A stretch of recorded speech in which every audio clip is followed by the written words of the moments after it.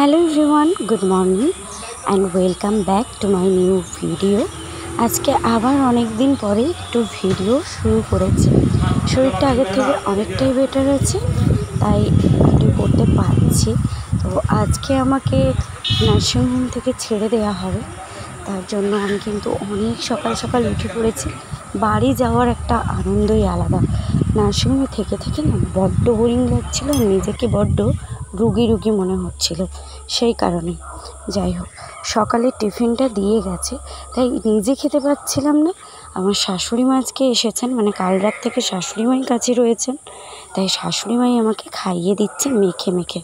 আসলে আমার হাতে যেহেতু বেশ কিছুদিন চ্যানেল দেওয়া ছিল, তাই হাতটা খুবই ব্যথা, আমি নাড়াতেও পারছি না। তাই কোনো কিছু খাবার যে নিজের থেকে নিয়ে খাবো সেটাও আমি পারছি না। আর আমার প্রত্যেকটা খাবারই এখন একেবারে ভালো করে গলিয়ে চটকে খেতে হবে, গোটা খাওয়া যাবে না। একেবারে যেন খাবারটা ভালোভাবে গলে যায় বা ভালোভাবে চেবানো হয়, সেরকমভাবে আমার খাবারটা খেতে হবে। যাই হোক, আমার কি হয়েছে কি না হয়েছে সেটা আমি অবশ্যই তোমাদের সঙ্গে শেয়ার করব। তার আগে একটা কথা বলে রাখি, আমি এখানে আছি, আমি ভিডিও করছি, সেটা নিয়ে কিন্তু অনেকেরই প্রবলেম হচ্ছে। আরে বাবা, আমার কি এমন হয়েছে? আমি অসুস্থ ছিলাম, অসুস্থতা থেকে একটু বেটার হয়েছি, তাই আমি ফোনটা ধরে একটু ক্যামেরাটা অন করে দিয়েছি। এর বাইরে তো আর কিছু নয়। আমি কি অসুস্থ হয়ে বাজে অঙ্গভঙ্গি করে নৃত্য করছি, নাকি বাজে রকম কোনো ভিডিও বানাচ্ছি, নাকি কোনো কুরুচিকর ভিডিও করছি, সেটা তো আমার মনেই হয় না। যদি করে থাকি তোমরা কমেন্ট করে কিন্তু জানিও। আমাকে যেদিন রাত্রে ভর্তি করা হয়, শুধুমাত্র সেই দিন রাত্রেই মনে হয় আমি বিছানায় একটু শান্তি করে শুয়েছিলাম। তারপর থেকে কিন্তু আমি শুয়ে থাকতে পারিনি, কারণ এক জায়গায় শুয়ে থাকা আমার পক্ষে তো একেবারেই সম্ভব নয়। আমি ছটপট করতেই থাকি। যখনই একটু সুস্থতা ফিল করি তখনই বাইরে চলে আসি, আর বাইরে এসে একটু ঘুরে বেড়াই, বাইরের ভিউটা দেখি, একটু আলো বাতাসে দাঁড়িয়ে থাকি। যাই হোক, আজকে অনেককেই ছেড়ে দেওয়া হচ্ছে, আর এই 2-3 দিনের মধ্যেই কিন্তু আমার বেশ কয়েকজন দাদু, ঠাম্মি আর বোনেদের সঙ্গে একটু ভালো রিলেশান তৈরি হয়ে গেছে। এমনকি নার্স দিদিগুলোর সঙ্গেও বেশ ভালো সম্পর্ক তৈরি হয়ে গেছে। যাই হোক, ওই যে দাদুটাকে দেখছো, ওই দাদুটাও ভর্তি ছিলেন। ওনার অনেকটাই বেশি শরীর খারাপ ছিল, কিন্তু যেদিন থেকে এসেছে শুধু বাড়ি যাব করছে। যাই হোক, ফাইনালি আজকেও উনি ছাড়া পেয়ে গেছেন, উনি বাড়ি যাচ্ছেন, খুবই খুশি। তাই দেখো, বাড়ি যেতে কিন্তু অনেক দেরি আছে, বাট অনেক আগে থেকেই উনি রেডি হয়ে গেছেন। সেই কোন ভোর থেকে ওনাকে দেখছি তৈরি হয়ে এদিক ওদিক ঘুরে বেড়াচ্ছে, কখন উনি বাড়ি ফিরবেন। আর এদিকে দেখো, আমার শাশুড়ি মা পুচকুসোনাকে নিয়ে আদর। আরে দাঁড়াও, তোমরা কি ভাবছো এই পুচকুসোনাটা আমার হয়েছে? না গো, এই পুচকুসোনাটা আমার নয়, আমার ছেলে তো 2.5 বছরে। তোমরা ওকে প্রায় ভিডিওতে দেখে থাকো। আর আমার ছেলে আমার কাছে নেই, সব থেকে বেশি কষ্ট। ছেলেকে ছেড়ে থাকা যে কতটা কষ্ট সেটা কিন্তু আমি হাড়ে হাড়ে বুঝতে পারছি।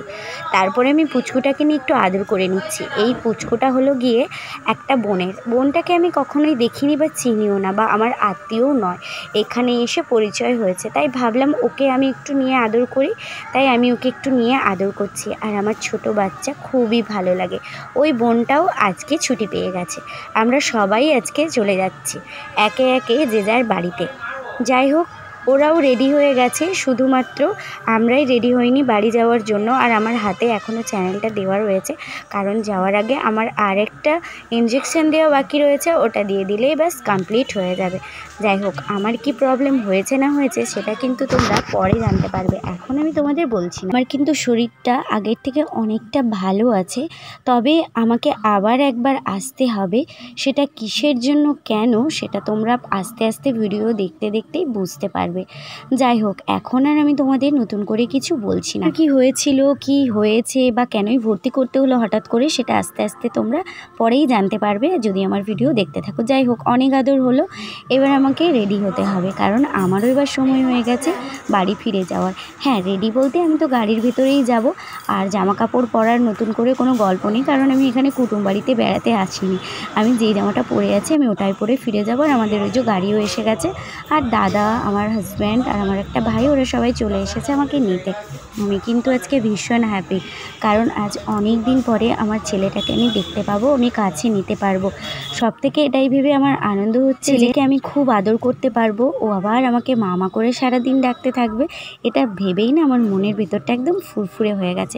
বাড়ির সবাইকে আমি দেখতে পাবো, সবার সঙ্গে বসতে পারবো, গল্প করতে পারবো, এই একটা ব্যাপার।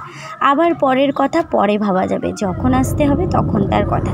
এখন আমার অনেক টেস্ট বাকি রয়েছে, তাই আমাকে এখন নিয়ে যাবে যেই ডক্টর আমাকে দেখছেন তার কাছে, সেখানে দেখিয়ে তারপরে একেবারে যাব। সত্যি বলতে আমাকে যে এইভাবে নার্সিংহোমে ভর্তি হতে হবে আর এত বড় সমস্যা হবে কখনো ভাবিনি। আমার তো ধৈর্য ধরছেই না, আর আমার দাদা আর আমার হাজব্যান্ড বলছে এই দেখো একটু সুস্থ হতে না হতেই শুরু করে দিয়েছে ভিডিও করা। ওদের কয়েকদিন রাতে কিন্তু একদমই ভালো করে ঘুম হয়নি, আমার জন্য এত ছোটাছুটি করতে হয়েছে, এত চিন্তার মধ্যে সবাই রয়েছে যে কি বলবো। যাই হোক, ওরা আজকে একটু রেস্ট পাবে সবাই, এটাই ভেবে আমি খুশি। বাড়ি এসে খাওয়া দাওয়া করে ঘুমিয়েই পড়েছিলাম, প্রচুর ঘুম ধরে গেছিলো। উঠে দেখছি মা জাম খাচ্ছে এখানে বসে বসে, আর সন্ধেও প্রায় হয়ে গেছে। আর অনেক দিন পরে আমি যেন দেখছি এই সন্ধেটা, এর আগে আমার মনে হচ্ছে আমি সন্ধে দেখিইনি কখনো। যাই হোক, আজকে আর বকবক করছি না, আজকের ভিডিওটা আমি এখানেই শেষ করলাম। সবাই খুব ভালো থেকো, সুস্থ থেকো, নিজেদের যত্ন নিও। গরমে সবাই কিন্তু বেশি বেশি করে জল খেও। আজকের মতো এটুকুই, দেখা হচ্ছে আবার নেক্সট ভিডিওতে। টাটা।